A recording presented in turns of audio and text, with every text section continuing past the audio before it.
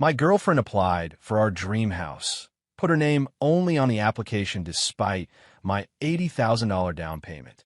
I found out just before closing. I said, interesting paperwork, when I refused to transfer the money and the deal collapsed. And then, original post. 32 male. Spent 6 years saving $80,000 for a down payment on a house. 6 years of double shifts at the warehouse, driving a car held together by duct tape and prayers, saying no to vacations while my friends posted beach photos. Every dollar went into that account. My girlfriend knew about it because I'd literally shown her the balance and said, this is for us, for our future. We'd been together 4 years, living in my apartment for 2. She worked marketing, made decent money, but spent it on clothes and bottomless mimosa brunches. Whatever, different money styles. I'm a saver, she's a spender. Opposites attract, or something. 3 months back, we found the perfect house. 3 bed, 2 bath, nice yard. $340,000. My $80,000 would cover down payment and closing costs. We talked about it constantly. She wanted the master bedroom painted gray. I wanted to turn the 3rd bedroom into a gaming setup. Normal couple stuff. She said her cousin worked at a mortgage company and could get us a better rate, so she'd handle the paperwork. Made sense. I was pulling 60-hour weeks, and she had more free time. I gave her everything. Bank statements, pay stubs, tax returns. Trusted her completely. Then last week I got a random call at work. Hi, is this my name? This is the title company for your closing on Friday. Yeah, that's me. Great. Quick question. We show the down payment of $82,000 coming from your account, but you're not on the title or mortgage application. Just need you to sign a gift letter stating this is a gift with no repayment expectation.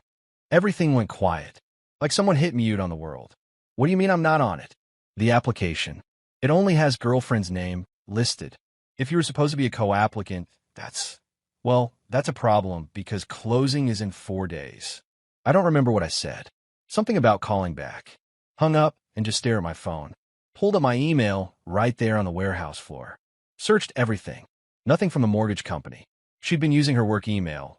Said it was easier to organize. Checked my bank app, $80,000 still there. She hadn't moved it yet because closing was Friday. That's when I'd wire it. Looked through the papers she'd shown me over the past month. Suddenly realized she'd only ever shown me stuff without names. Inspection reports. Loan estimates. Never the actual application. She came home that evening all excited about paint samples. Hey babe, look at these grays for the bedroom. I'm thinking this one. Got a weird call today. From the title company. Her whole body tensed. Just for a second, but I saw it. Oh, about what? They said only your name is on the application. Asked if my $80,000 was a gift. She did this laugh. Practiced. Fake. What? No, that's wrong. Must be an error. I'll call my cousin tomorrow. I'll call them right now. Grab my phone. She literally grabbed my wrist. Babe, they're closed. Let's deal with it in the morning. I pull my arm back. Why are you sweating? I'm not. It's just hot in here. Obviously, it's a mistake. Why are you being weird? Dialed anyway. Put on speaker. Asked the rep to confirm who was on the application. Just girlfriend's name. Single applicant. Submitted mid-August. My girlfriend's face went white. Like all the blood just drained out. I hung up. Stared at her. Explain. Okay, look. My cousin said it would be easier to get approved with just my name because my credit score is higher. We're going to add you right after closing. That's not how mortgages work. Want to know all the technical stuff? That's what he told me. So you just didn't mention this plan to me? Not once in 2 months. I was going to. I just kept forgetting. You forgot to mention you were buying a house without me. Using my money. She started crying. You're twisting this. It was going to be our house. I was protecting us. Protecting us from what? From complications. From the process being harder. I nodded. Felt weirdly calm. Interesting paperwork. What? Nothing. I'm going to bed. Went to the bedroom. She followed me, talking the whole time. Her story kept changing. First it was her cousin's idea. Then it was for efficiency. Then it was because she wanted to surprise me with how easy she made it. I stopped listening. Eventually she gave up and slept on the couch. Next morning I called the title company first thing. I need to cancel that wire transfer. Sir, Closing is in 3 days. The seller is expecting. Not my problem anymore. Deal's off. Called my bank. Put extra security on the account. Then called a real estate attorney. Cost me $400 for an hour. Did you sign anything? He asked. Nothing. Then you're fine. It's her contract. She's going to lose the earnest money and probably get sued by the seller for breach. You're not obligated to give her that money. What if she says we had a verbal agreement? He actually laughed. Verbal agreements about real estate aren't worth the paper they're not written on. Change your bank passwords, though. Did that immediately. Everything. Bank, email, streaming services, all of it. Then I went home. She was already there. Called off work. Eyes swollen from crying. The title company called. They said you canceled. What's happening? You tried to steal my house. I didn't. We were going to add you after. You're lying. Why would I lie? This was supposed to be our home. I love you. If you loved me, you wouldn't have hidden this. She couldn't answer. Just kept sputtering half-formed excuses that contradicted each other. Here's what's happening. I'm staying here tonight because I pay most of the rent. You need to find somewhere else to sleep. You can't kick me out. Lease is only in my name. You're not a tenant. You're a guest. Leave, or I call the cops. I'm calling my dad. Cool. Have him come get you. Update 1. Her dad showed up maybe an hour later. Stood in my living room giving me this lecture about stepping up and being a man and supporting your woman. Told him his daughter tried to con me out of 80 grand. He said I was making it sound worse than it is. She literally applied for a house in only her name while planning to use my money. She was trying to surprise you. Women do things differently. This isn't a different way of doing things. This is fraud. He got all red-faced. You're going to regret this. When you're old and alone, you'll regret throwing away a good woman over paperwork. They left.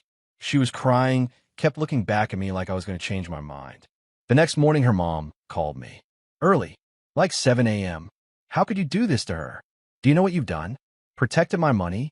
She's devastated. They already told everyone about the house. Their friends, our family. Now, she has to tell them it fell through.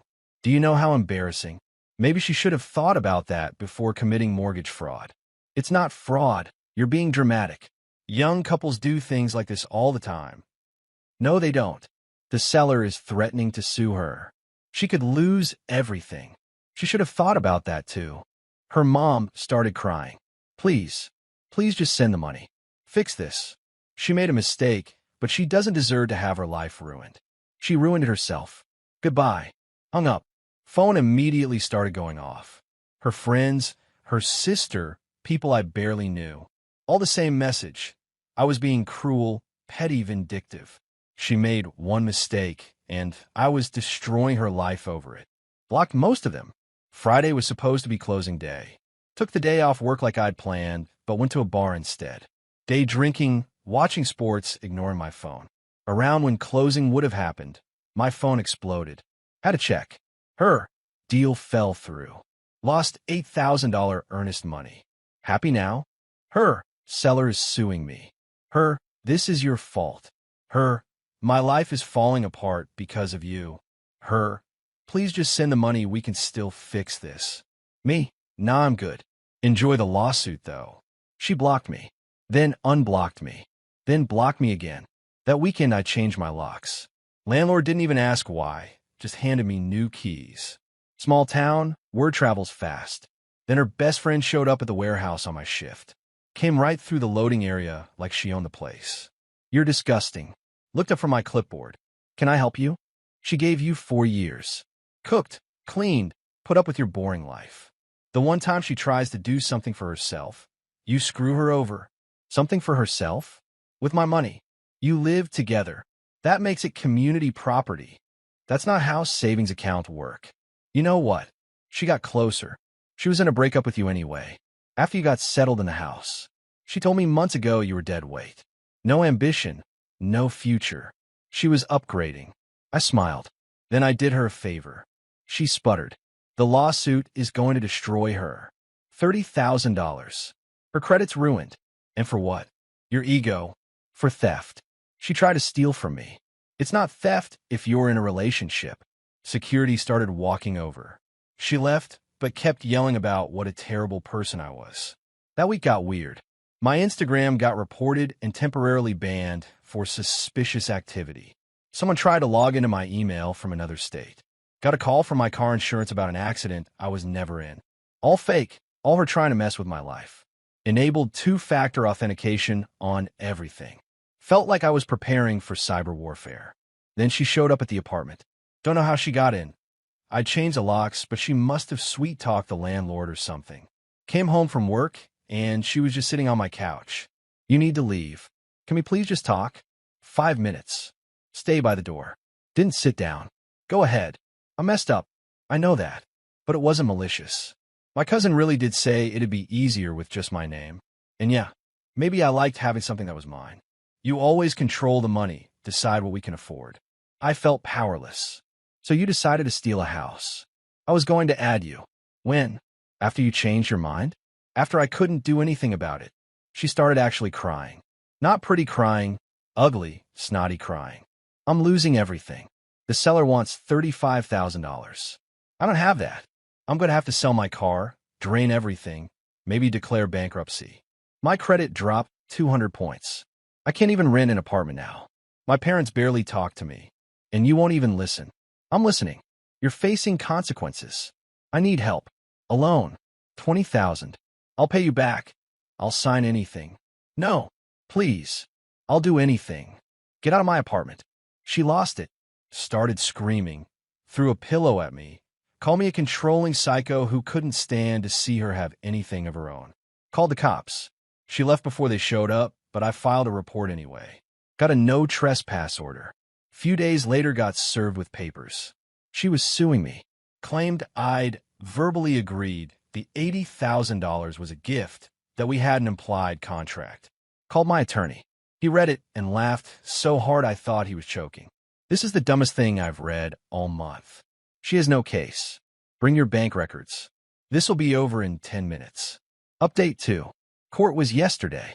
She showed up with her dad and a lawyer who looked fresh out of law school. Baby face, cheap suit, kept shuffling papers nervously. Her case, we were basically married. My money was her money. I'd verbally promised her the down payment. My attorney submitted bank statements showing the account in only my name since 2018. Lease showing only my name. Utilities, all me. Then the killer, text messages where she'd called it the down payment money multiple times. Judge barely looked up from the papers.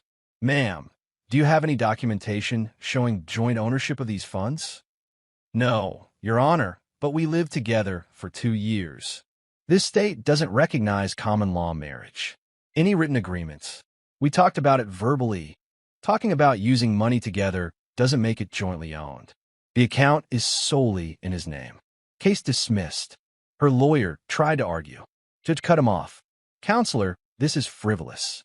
Your client attempted fraud and is now trying to force her victim to pay for it.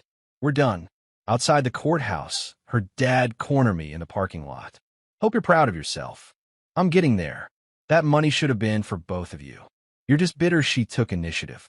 Initiative? Is that what fraud is now? Her mom came over, crying. She's our baby girl. One mistake. One. And you're making her pay forever. The seller's making her pay. I'm just not bailing her out. We can't afford the settlement. We're going to lose our retirement. I stopped walking. Why would your retirement be involved? Her dad looked away. We co-signed her legal fees. Thought she had a real case. Started laughing. Couldn't help it. You co-signed for this disaster lawsuit. Don't you dare laugh at us. You enabled this. That's on you. Walked away while her mom sobbed and her dad yelled about karma. She texted later, hope it was worth it. You're going to die alone. Me. Better than being someone's ATM. Thought that was the end. Nope. Last week she showed up at work again. Security tried to stop her, but she pushed through, came right up to where I was stacking pallets. I need to talk to you. You need to leave before I call the cops. The settlement went through. $32,000. My parents had to pull it from their retirement. They're working 5 more years now because of you. 5 years. Not my circus, not my monkeys. You could have prevented this. Just sent the money. We'd be in that house right now. Your house. That was the point. She grabbed my arm. Security came over, but I waved them off. What do you want? You lost. Deal's dead. What else could there possibly be? Her voice cracked. I want you to know you ruined my life. I can't get an apartment. I'm living with my parents. My friends won't even talk to me anymore. Everyone at work knows. I'm a joke. Do you get that? A joke. Yeah. And whose fault is that? I loved you. You love my money. Big difference. Security walked her out. She was still crying. I felt nothing. Not satisfaction, not guilt. Just done. Her cousin, the mortgage guy, messaged me on Facebook, said I was vindictive garbage for entrapping his cousin, and he was going to make sure everyone knows what kind of person I really am. Replied, go ahead. I've got court documents. Let's see whose story people believe. He blocked me. Then her best friend called. One last attempt. Look, I know you're mad, but she's really struggling. Can't you help? Just like 10,000 to help with the debt. No. After everything you shared together, you're really going to be like this. Everything we shared was apparently built on her planning to screw me over. She made one mistake, an $80,000 mistake, plus fraud, plus lying for months, plus suing me, plus harassing me at work. Want me to keep going? You deserve to be alone. Cool. Bye. Blocked her. Final update. It's been about a month since court. Things have mostly settled into a new normal. Her case got dismissed with prejudice. Can't refile.